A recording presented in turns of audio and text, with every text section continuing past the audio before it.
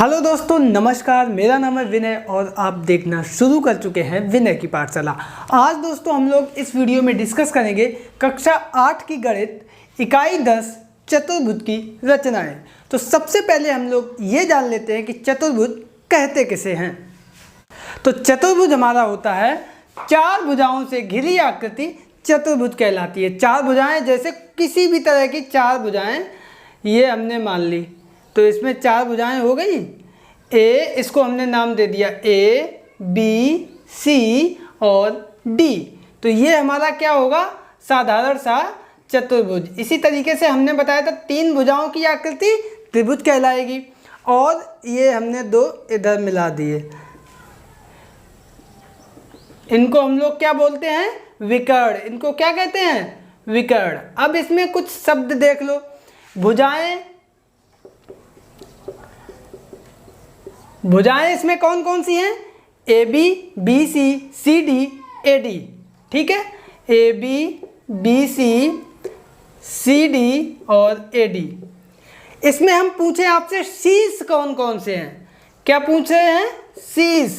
ये कुछ शब्द हैं इसके, देख लो ध्यान से।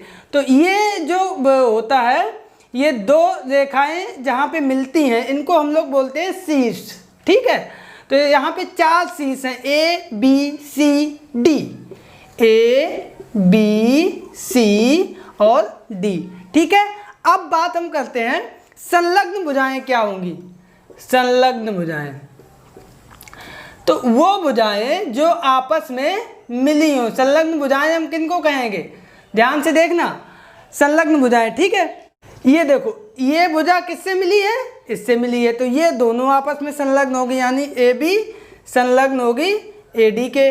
ठीक है, और इसी तरीके से ए डी और सी डी आपस में संलग्न होगी। इसी प्रकार से डी सी डी और बी सी आपस में संलग्न होगी, और इसी प्रकार से बी सी और बी ए आपस में संलग्न भुजाएं होंगी। ठीक है, विकर्ण हमने आपको बता ही दिए। विकर्ण क्या होंगे, AC और BD, ये क्या है, ये हमारे विकर्ण हैं। ठीक है, सम्मुख भुजाएं कौन सी होंगी, देखो। सम्मुख भुजाएं का मतलब आमने सामने की। सम्मुख मतलब दोनों के मुख एक दूसरे के सामने हो। तो AB के सम्मुख, AB के सामने है CD, AB के सामने है CD, और इसी प्रकार से AD के सामने है BC। तो ये आपस में सम्मुख भुजाएं हुई। ठीक है, इसी तरीके से सम्मुख कोण कौन से होंगे, B के सम्मुख कोण D है, A के सम्मुख कोण C है। तो इसको लिखने की जरूरत नहीं है, लिखना चाहो तो लिख लो। समझने के लिए आपको हमने बता दिया। सम्मुख कोण, ये कोण A के सम्मुख है कोण C, और कोण B के सम्मुख है कोण D। तो इस प्रकार से चतुर्भुज का जो बेसिक कॉन्सेप्ट है वो यहाँ पे एक नज़र हम लोगों ने डाल ली। अब हम लोग बात करते हैं कि ये चतुर्भुज कितने प्रकार के होते हैं। तो यहाँ पे आपको हम बता दें, प्रमुखता वैसे तो कई प्रकार होते हैं, लेकिन अभी हाई स्कूल तक हम लोगों को मात्र 6 प्रकार के चतुर्भुज के बारे में पढ़ना है। कौन कौन से, आइए जान लेते हैं। तो यहाँ पे हमने 6 प्रकार के चतुर्भुज लिख दिए हैं। सबसे पहला है वर्ग, आयत, समचतुर्भुज, समांतर चतुर्भुज, समलंब चतुर्भुज और चक्रीय चतुर्भुज। इन्हीं के बारे में हमको देखना है, तो बारी बारी से हम लोग इनको देख लेते हैं। तो सबसे पहले बात करते हैं वर्ग की। तो यहाँ पर वर्ग हमारा है कि वह चतुर्भुज जिसकी चारों भुजाएं बराबर हों तथा कोण 90 अंश का हो, वर्ग कहलाता है। जैसे ये आकृति लगभग इस प्रकार की बनेगी। हम वर्ग बनाने का ही प्रयास कर रहे हैं। बराबर हैं चारों भुजाएं, नहीं है तो आप लोग मान लेना। ये चारों की एक नाप होगी, और एक कोण ये 90 अंश का होगा। अब जब एक कोण 90 अंश का होगा तो इसका मतलब सभी कोण इसके 90 अंश के होंगे, क्योंकि भुजाएं चारों बराबर हैं। ठीक है, तो ये जो है ए बी सी डी, ये हमारा हो गया वर्ग। अब हम लोग बात करते हैं आयत की। ठीक है, तो आयत क्या होता है उसको भी देख लेते हैं। तो अब हम लोग दूसरे प्रकार का चतुर्भुज देख लेते हैं, वो है हमारा आयत।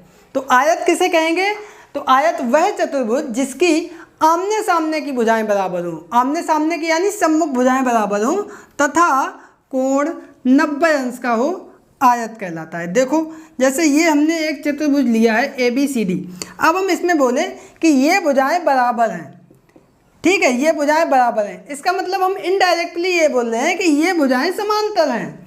तो या तो हम ये कह दें कि सम्मुख भुजाएं बराबर हो या कहते हैं सम्मुख भुजाएं समांतर हो। अगर हम कह रहे हैं कि ये दोनों भुजाएं बराबर है, इसका मतलब हम इनडायरेक्ट ये कह रहे हैं कि ये दोनों दूरी बराबर है, यानी ये दोनों भुजाएं बराबर हैं।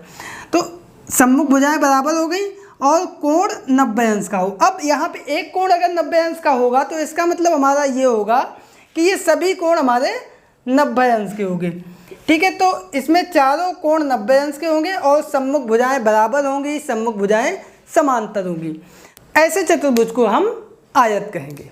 अब हम लोग आगे वाली देख लेते हैं आकृति, और ये है समचतुर्भुज। समचतुर्भुज हमारा ऐसा चतुर्भुज जिसकी चारों भुजाएं बराबर हो, समचतुर्भुज कहलाता है। यहाँ पे हमने वो चीज़ नहीं लिखी है कोण 90 अंश का हो या ना हो, तो स्पष्ट आपको बता देते हैं यहाँ पे कोण 90 अंश का नहीं होगा। हो सके तो एक लाइन और लिख लो, चारों भुजाएं बराबर हो तथा कोण 90 अंश का ना हो, समचतुर्भुज कहलाता है, ठीक है। अब इसकी आकृति क्या होगी, कोण 90 अंश का नहीं होगा। आप देखो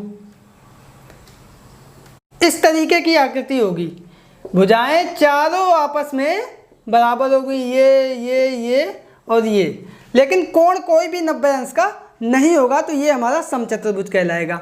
अब हम लोग बात कर लेते हैं इसके आगे वाले चतुर्भुज यानी समांतर चतुर्भुज की। तो समांतर चतुर्भुज क्या होगा, वह चतुर्भुज जिसकी आमने सामने की यानी सम्मुख भुजाएं बराबर हो तथा कोण 90 अंश का ना हो। जिस तरीके से आयत था उसी तरीके से ये समांतर चतुर्भुज है, लेकिन अंतर सिर्फ इतना है कि कोण 90 अंश का नहीं होगा, ये आकृति इस तरीके से, ठीक है। तो ये हमारी कहलाएगी समांतर चतुर्भुज, या इसको इस तरीके से बोले सम्मुख भुजाएं आपस में समांतर होंगी, ये समांतर होगी तो ये बराबर होंगी, ये दोनों समांतर होंगी तो ये बराबर होंगी। तो ये हमारा बहुत आसान से है, समांतर चतुर्भुज हो गया। अब हम लोग बात करते हैं अगले वाले चतुर्भुज की यानी समलंब चतुर्भुज की। तो समलंब चतुर्भुज हमारा वह चतुर्भुज जिसका एक रेखा युग्म समांतर होता है। जैसे एक रेखा युग्म समांतर होगा इस तरीके से, ये समांतर होगा, इसका मतलब इसके बीच की दूरी जो है लंबवत दूरी, बीच की दूरी की जब हम बात करते हैं तो ये लंबवत दूरी आती है, ये बराबर होगी और ये बराबर होगी लंबवत दूरी। हमने केवल आपको बता दिया और बाकी हम ये मिटाए देते हैं, ठीक है। और बाकी ये चतुर्भुज हमारा, ये तो दोनों समांतर होगी, ये किसी भी तरीके से मिली हो सकती है या इस तरीके से हो सकता है, ये रेखा युग्म समांतर है, कुछ भी आकृति हो सकती है, लेकिन एक रेखा युग्म जो है समांतर होगा, ठीक है।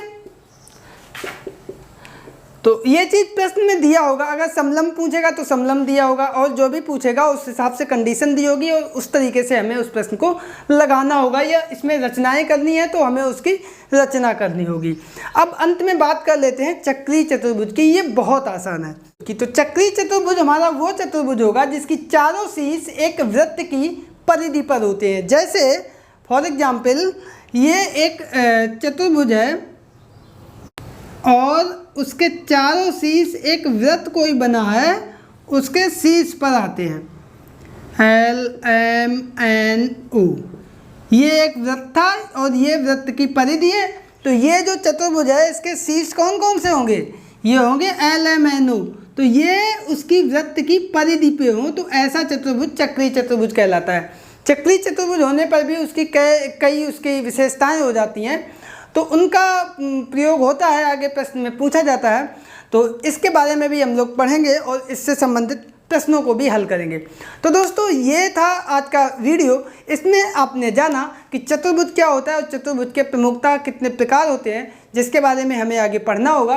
तो अभी तो हम लोग रचनाएं पढ़ेंगे, आगे इनसे संबंधित प्रश्नों को भी करेंगे। तो दोस्तों आज के इस वीडियो में इतना ही, मिलते हैं कल फिर एक नए वीडियो के साथ, तब तक के लिए नमस्कार।